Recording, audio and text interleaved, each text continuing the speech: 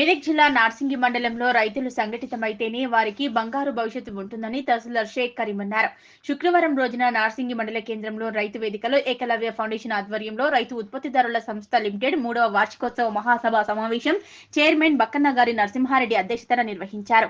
ఈ కార్యక్రమానికి ముఖ్య అతిథులుగా తహసీల్దార్ షేక్ కరీం, ఎంపీడీఓ ఆనంద్, ఈవో నాగభూషణలు హాజరయ్యారు. అనంతరం వారు మాట్లాడుతూ నార్సింగి మండలం నుంచి రైతులు 330 మంది 1250 రూపాయల చొప్పున డిపాజిట్ చెల్లించి సభ్యత్వం తీసుకోవడం జరిగిందని, రైతులు ఒక యూనిట్ గా ఏర్పడి ప్రభుత్వ బ్యాంకుల సహకారంతో వారికి ఉన్న సమస్యలను తీర్చుకుంటూ అభివృద్ధి వైపు అడుగులు వేయాలంటే ఎస్ఎఫ్ఏసీ ద్వారా మాత్రమే అవుతుందన్నారు.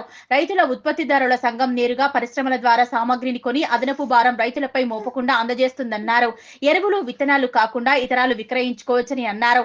అనంతరం ఎస్ఎఫ్ఏసీ ఆధ్వర్యంలో వార్షిక సర్వసభ్య సమావేశానికి వచ్చిన పలు గ్రామాల రైతులకు భోజన వసతి కల్పించారు. కార్యక్రమంలో వ్యవసాయ అధికారులు విజృంభణ, దివ్య, రమ్య, మమత, పాలకవర్గ సభ్యులు షేరిపల్లి జయస్వామి, కుమ్మరి నర్సింహులు, పి శ్రీనివాస్ రెడ్డి, బోండ్ల శ్రీనివాస్, జనార్దన్, నర్సంపల్లి ఎల్లం, టి నరసింహారెడ్డి, సంకాపూర్ శంకర్, ఆంజనేయులు, నర్సంపల్లి పెద్దతండ బిఖ్యా నాయక్, ఏకలవ్య ప్రతినిధి, social mobilising expert Santosh, CO Suryateja, accountant Rashi, పలు గ్రామాల రైతులు పాల్గొన్నారు.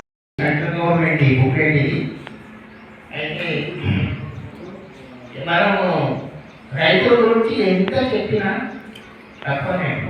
ఎందుకంటే ఓపెన్ మార్కెట్లో పోయి మనం ఏది తీసుకున్నా ఓపెన్ మార్కెట్లో పోయి సింపుల్గా పోయి మార్కెటింగ్ చేసి మనకు అవసరం ఉన్న అన్ని మనం పోయి